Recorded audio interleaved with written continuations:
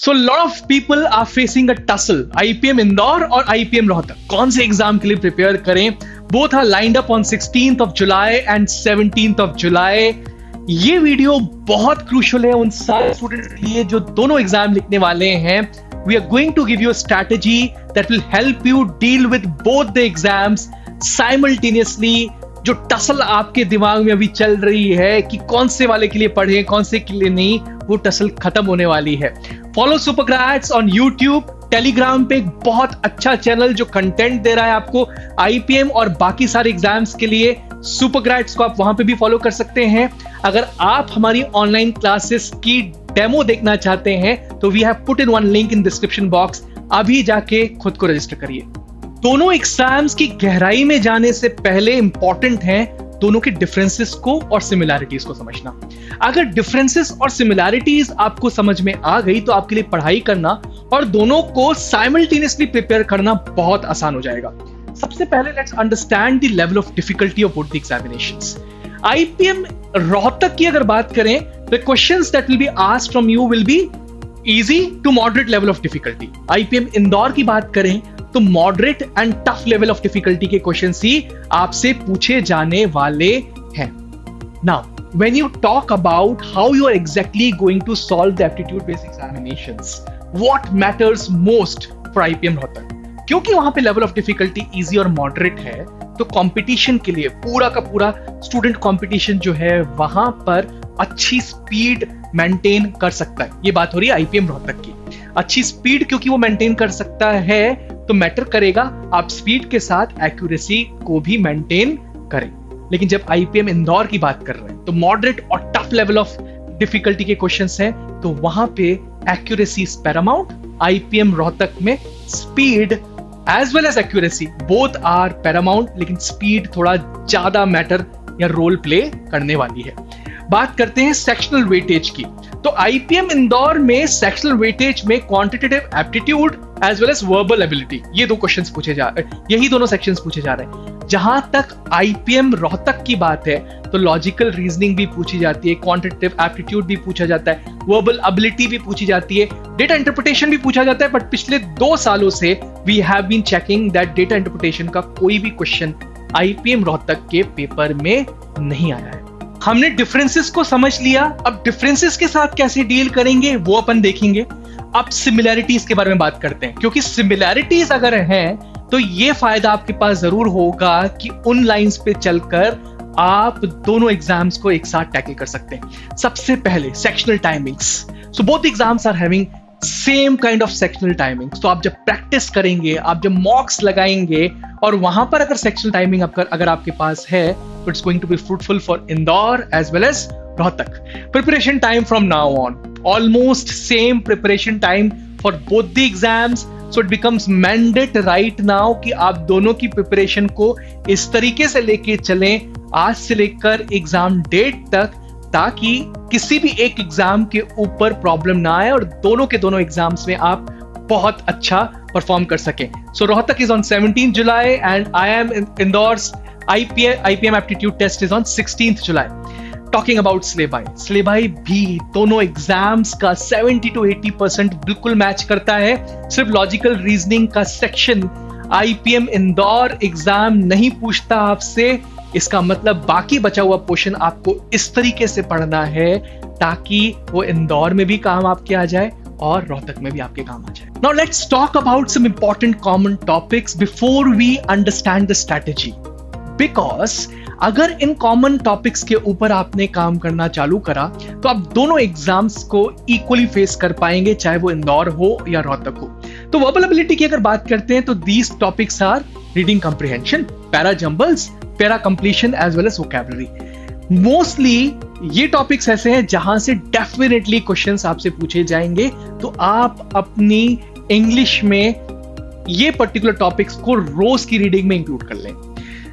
Important यहां पर quantitative aptitude का सेक्शन है, बहुत इंपॉर्टेंट है, बिकॉज वो मेकर भी हो सकता है या कंप्लीट रिजेक्टर भी हो सकता है इस पर्टिकुलर केस में, क्योंकि डिसाइडिंग फैक्टर है क्वांटिटेटिव एप्टीट्यूड आपका आईपीएम रोहतक का भी और इंदौर का भी. कैसे क्या स्ट्रेटेजी फॉलो करनी है दोनों एग्जाम्स के लिए हम अगले स्लाइड में बात करेंगे. बट कॉमन टॉपिक्स जो यूजुअली देखे गए हैं वो इन चैप्टर्स में से आते हैं। सबसे पहले नंबर थ्योरी या नंबर सिस्टम में से HCF, LCM, remainders, highest power of factorial, trailing zeros, इनके क्वेश्चंस डेफिनेटली पूछे जाते हैं। रोहतक में भी, इंदौर में भी।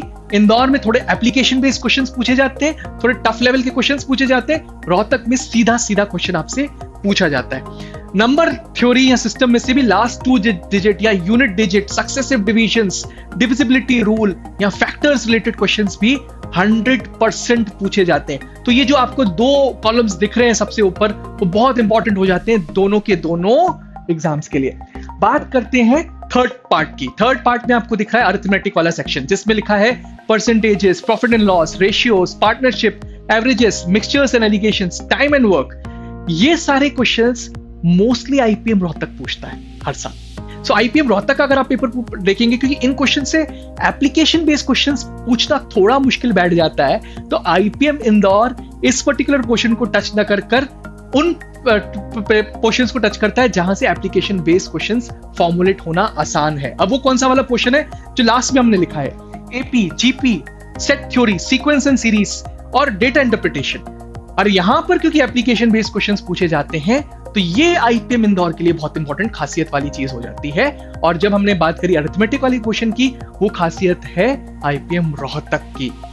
अच्छा, एक जो बीच वाला सेक्शन आपको दिख रहा है, वहां से क्वेश्चंस आपको रोहतक में भी मिलेंगे एज वेल एज इंदौर में भी मिलेंगे। बट अगर क्वांटिटी की बात की जाए तो हमने पहले ही बता दिया कि अरिथमेटिक वाला क्वेश्चन आपसे पूछा जाएगा रोहतक में, और थोड़ा मॉडर्न मैथ्स वाला क्वेश्चन पूछा जाएगा आपसे इंदौर में।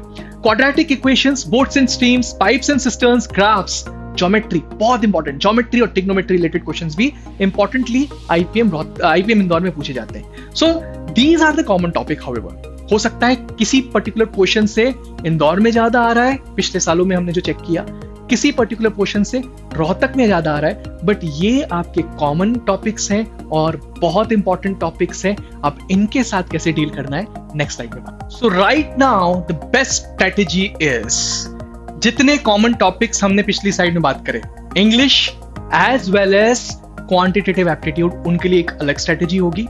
जो अनकॉमन टॉपिक्स हैं, लॉजिकल रीजनिंग या हायर मैथ के, उनके लिए एक अलग स्ट्रेटेजी आपको फॉलो करनी है। तो जो कॉमन टॉपिक्स है, उनके लिए आपको सबसे पहले क्या करना है, हर टॉपिक पे प्रैक्टिस करिए अराउंड 50 क्वेश्चंस। बना लीजिए ये रूटीन। 50 क्वेश्चंस आपको आज उठाने हैं, जिसमें इनिशियल 30 क्वेश्चंस होंगे easy and moderate level of difficulty के। तो मान लो अगर आप किसी बुक से पढ़ाई कर रहे हैं या आपके स्टडी मटेरियल से पढ़ाई कर रहे हैं, और वहां पर जो क्वेश्चंस दिए हुए हैं वो इस तरीके से हैं कि पहले वाले इजी हैं और आखिरी वाले टफ हैं, तो आपको क्या करना है, शुरुआत के 10-15 उठाने, फिर बीच के 10-15 उठाने एंड लास्ट के 20 उठाने। तो इजी भी कवर हो जाएगा, मॉडरेट भी कवर हो जाएगा एंड टफ कवर हो जाएगा। नहीं तो थोड़ा सा आपको टाइम इन्वेस्ट करना पड़ेगा सिलेक्शन ऑफ क्वेश्चंस में, इजी, मॉडरेट एंड टफ में। तो इनिशियल 30 क्वेश्चंस आप इजी एंड मॉडरेट कर रहे हैं, 20 आखिरी के आप टफ कर रहे हैं। तो जो इनिशियल 30 है वो आपको प्रिपेयर करवा रहे हैं आईपीएम रोहतक के लिए, और एप्लीकेशन बेस्ड क्वेश्चंस या टफ क्वेश्चंस जो आखिरी में हैं, जो 20 क्वेश्चंस हैं, वो आपको प्रिपेयर करवा रहे हैं आईपीएम इंदौर के लिए। और एक और चीज है, वो जो टफ और एप्लीकेशन बेस्ड क्वेश्चंस हैं, वो आपका कॉन्फिडेंस बूस्टिंग, स्पीड रेजिंग करेंगे आईपीएम रोहतक के लिए भी। हर टॉपिक को कवर करते जाइए एज सुन एज पॉसिबल। एक घंटे में आप 1 घंटा 2 घंटा बैठ के हर टॉपिक को देखकर खत्म करिए। साथ ही साथ ध्यान रखिएगा कि गुड स्कोर क्या होता है। तो फुल लेंथ एग्जाम जब भी आप लिख रहे हैं, फुल लेंथ मॉक्स जब भी आप लिख रहे हैं आईपीएम रोहतक और इंदौर के, तो गुड स्कोर्स आपको दिमाग में रख के चलने हैं। आईपीएम रोहतक के लिए इस बार अभी तक सेक्शनल कट ऑफ्स की अनाउंसमेंट नहीं हुई है। इंपॉर्टेंट ये है कि वहां पे सेक्शनल टाइमिंग लग चुकी है, तो हो सकता है कि लास्ट में जब वो स्कोर्स जनरेट कर रहे हो तो वहां पे सेक्शनल कट ऑफ्स भी बताएं, क्योंकि यूजुअली आज तक आईपीएम रोहतक में सेक्शनल कट ऑफ्स का कंसेप्ट नहीं लगता था, बट पहली बार सेक्शनल टाइमिंग का कंसेप्ट लगा है, तो हो सकता है सेक्शनल कट ऑफ भी आ जाए। तो इंपॉर्टेंट ये है कि आप टोटल स्कोर उधर रखिए 350। सेक्शनल कट ऑफ की अभी अनाउंसमेंट नहीं हुई है, तो आप टोटल 350 को 3 सेक्शंस में डिवाइड कर अपना स्कोर रख सकते हैं आउट ऑफ 480, और ये स्कोर आपको टच करना है और इसी के लिए आपको भी प्रिपेयर करना है। जो गुड स्कोर आईपीएम इंदौर के लिए आपके लिए है, that is 210, that includes 110 for quantitative aptitude and 100 for verbal ability. So these are two good scores. Why we are keeping two good scores and we are not talking about cutoff? Because at the end इसका एक percentage जाएगा जो selection में आपको मदद करेगा. तो cut off को टारगेट मत रखा करिए, गुड स्कोर को टारगेट रखा करिए, क्योंकि गुड स्कोर अगर आप टारगेट रख रहे हैं तो कट ऑफ्स निकलना बहुत आसान है. एक तो बात ये, दूसरी बात, अगर आपने गुड स्कोर टच कर दिया तो आपके लिए सीट लेना बहुत आसान हो जाएगा. डिस्पाइट द फैक्ट कि आप पीआई में थोड़ा अगर कम परफॉर्म करते हैं तो भी प्रॉब्लम वहां पर नहीं होगी. तो ये स्ट्रेटेजी बना के चलनी है. Full length mocks become very very important. Supergrads ने ट्विन मॉक्स बनाए हैं आईपीएम इंदौर और रोहतक के लिए. आप चेक कर सकते हैं हमारे मॉक्स को toprankers.com पर. फर्स्ट टेस्ट दोनों मॉक्स का कंप्लीटली फ्री है, आप एटलीस्ट वो तो देके देखिए. उसके बाद आपको डिटेल सॉल्यूशन रिपोर्ट मिलती है, ग्राफिकल एंड सेक्शनल एनालिसिस भी मिलता है आपकी परफॉर्मेंस का. इंपॉर्टेंट ये हो जाता है कि आपको एनालिसिस के लिए जो रिपोर्ट्स मिल रही हैं बहुत इंपॉर्टेंट है. हर मॉक को आपको दूसरे दिन एनालाइज करना है. तो आपको एक दिन आईपीएम इंदौर का मॉक लिखना है, शाम को उसको एनालाइज करना है. एनालिसिस से मेरा मतलब ये है कि जितना क्वेश्चन गलत हुआ या अनअटेम्प्टेड रह गया, उस क्वेश्चन का आंसर क्या है. अगर वो क्वेश्चन नेक्स्ट टाइम रिपीट होता है तो आपसे वो सॉल्व हो जाए.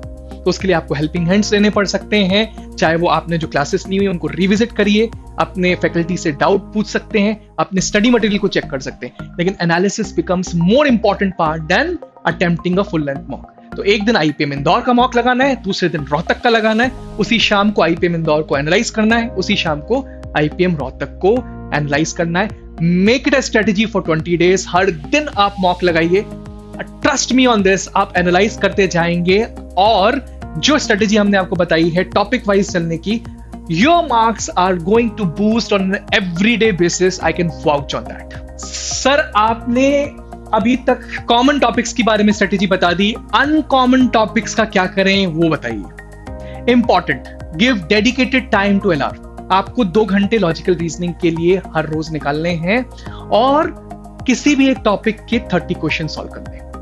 Same goes for higher math. 1 घंटा आपको हायर मैथ को देना है और हायर मैथ के भी आपको 30 क्वेश्चंस पर्टिकुलर टॉपिक के सॉल्व करने हैं. सो ये 3 घंटे आप रखें.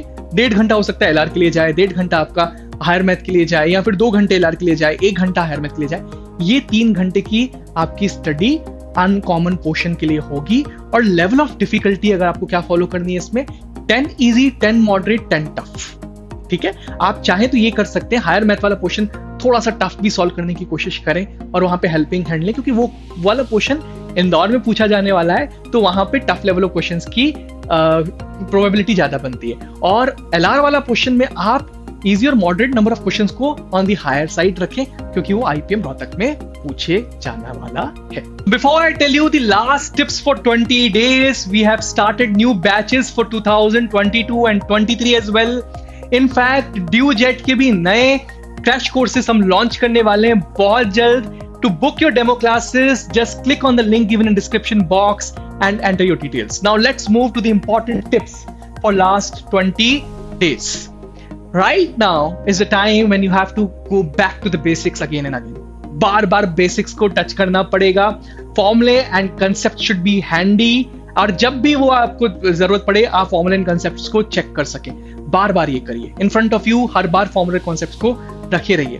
पैनिक करने की कोई जरूरत नहीं. हो सकता है कोई मॉक खराब जाए. आपका टेम्परामेंट आपका अगर अच्छा है तो लास्ट एग्जाम भी आपका बहुत अच्छा जाएगा. No issues. अगर कोई मॉक बिगड़ता है, नेक्स्ट मॉक में कवर अप करने की कैसे कोशिश करेंगे आप? एनालिसिस के साथ. अगर एनालिसिस स्ट्रांग है तो डेफिनेटली आने वाले मॉक्स आपके स्ट्रांग होने वाले हैं.